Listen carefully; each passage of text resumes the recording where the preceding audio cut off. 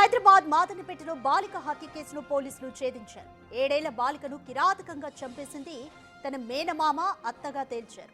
ఇంట్లో అల్లరి చేస్తోందన్న కోపంతో కాళ్ళు చేతులు కట్టేసి వాటర్ ట్యాంక్లో మేనమామ పడేసినట్లుగా విచారణలో పోలీసులు గుర్తించారు.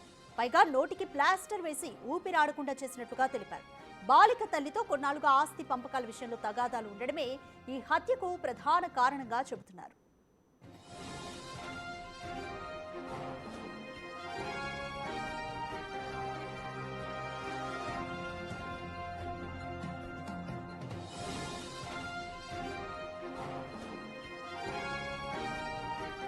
రైట్, మోర్ డీటెయిల్స్ మా ప్రతినిధి అనిల్ అందిస్తారు. రైట్ అనిల్, బాలికను మేనమామ, అత్తే హత్య చేసినట్లుగా పోలీసులు అయితే గుర్తించారు. ఆస్తి పంపకాలే కారణంగా, అంటే బాలిక తల్లితో ఆస్తి పంపకాలే అటువంటి వివాదాలే ఉన్నాయి, ఇంకేమైనా కారణాలు ఉన్నాయా?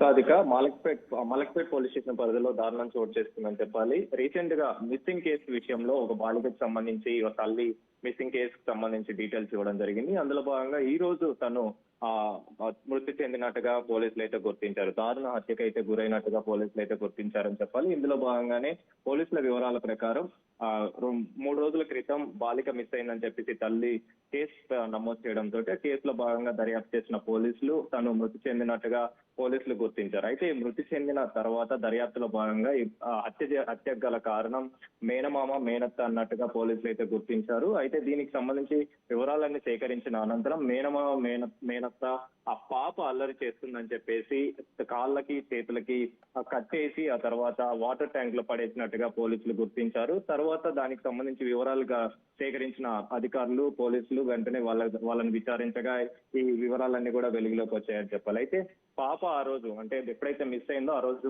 కడుపు నొప్పి అని చెప్పేసి ఇంట్లో ఉన్న క్రమంలోనే తను అల్లరి చేస్తుందని చెప్పేసి ఆ మేనత్త, మేనమామ ఇద్దరు కూడా ఇంతటి దారుణానికి ఒడిగట్టినట్టుగా పోలీసులు అయితే గుర్తించారు. వెంటనే దర్యాప్తులో భాగంగా వాళ్ళని విచారించిన తర్వాత ఈ వివరాలన్నీ కూడా బయటికి వెలుగులోకి వచ్చాయని చెప్పాలి. అయితే ఇందులో భాగంగానే గతంలో కూడా తల్లి ఇచ్చిన వివరాల ప్రకారం, తల్లి ఇచ్చిన ఆధారాల ప్రకారం గతంలో కూడా ఈ మేనత్త, మేనమామకు సంబంధించి ఇద్దరికి సంబంధించి కూడా ఆస్తి తగాదాలు ఉన్నట్టుగా పోలీసులు గుర్తించారు. ఆ ఆస్తి తగాదాలు ఉన్న కారణంగానే ఇంతటి దారుణానికి పడినట్టుగా అప్పటి నుంచే వీళ్ళు పగ పెంచుకున్నట్టుగా కూడా పోలీసులు గుర్తించడంతో కేసులో భాగంగా వాళ్ళిద్దరిని కూడా విచారించడం జరిగింది. విచారించిన అనంతరం పాప అల్లరితో పాటు అదేవిధంగా ఆస్తి తగాదాల విషయంలో కూడా ఈ వివరాలన్నీ కూడా వెలుగులోకి వచ్చాయి. కాబట్టి ఆస్తి పంపకాలే మెయిన్ థింగ్ గా అయితే పోలీసులు గుర్తించారు. అందులో భాగంగానే వాళ్ళిద్దరిని కూడా అరెస్ట్ చేసి ప్రెజెంట్ అయితే రిమాండ్ తరలించినట్టు కూడా మనకు సమాచారం అందుతుంది. ప్రెజెంట్ దీనికి సంబంధించి పండగ పూట విషాదం చోటు చేసుకున్న ఘటన అయితే మనం చూడొచ్చు రాధిక.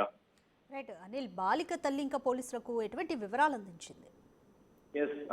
ఈ మేనత్త, మేనమామకు సంబంధించి వీళ్ళిద్దరు కూడా గతంలో ఎవరైతే తల్లి దీనికి సంబంధించి వివరాలు ఇచ్చారో ఇచ్చిన క్రమంలోనే దీనికి సంబంధించి ఆస్తి తగాదాలు ఉన్నాయని చెప్పేసి వివరాలు ఇవ్వడంతో ఆస్తి తగాదాల విషయంలోనే వీళ్ళు ఇంతటి దారుణానికి ఒడిగట్టినట్టుగా కూడా పోలీసులు గుర్తించారు. ముఖ్యంగా ఈ ఆస్తి తగాదాల కారణంగానే ఇంతటి దారుణానికి ఒడిగట్టినట్టుగా అయితే గుర్తించడం జరిగింది. అదే విధంగా తిను ఎక్కువగా అల్లరి చేస్తుందన్న కారణంతో కూడా ఆ రోజు తల్లి లేకపోవడం, కేవలం తిను పాప ఉండడం, అదే విధంగా వీళ్ళిద్దరు కూడా ఇంట్లో ఉండడంతో వీళ్ళిద్దరు కూడా ప్లాన్ ప్రకారం తనని చేతులు కాళ్ళు కట్టేసి ఆ తర్వాత ఊపిరి ఆడకుండా మూతికి ప్లాస్టర్ వేసి ఆ తర్వాత వాటర్ ట్యాంక్ లో పడేసినట్టుగా అయితే పోలీసులు గుర్తించారు. ముఖ్యంగా ఎప్పుడైతే ఈ ఘటన చోటు చేసుకుందో మిస్ అయిన కేసుకు సంబంధించి అదే ఇంట్లో వాటర్ ట్యాంక్ లో వీళ్ళు పడేసిన క్రమంలోనే పోలీసులు గుర్తించి దీనికి సంబంధించిన ఆ కేసు నమోదు చేసుకుని, అంటే అనుమానాస్పద స్థితిలోనే కేసు నమోదు చేసుకుని దర్యాప్తు అయితే చేపట్టారు. దర్యాప్తులో భాగంగానే తల్లి ఇచ్చిన వివరాల ప్రకారం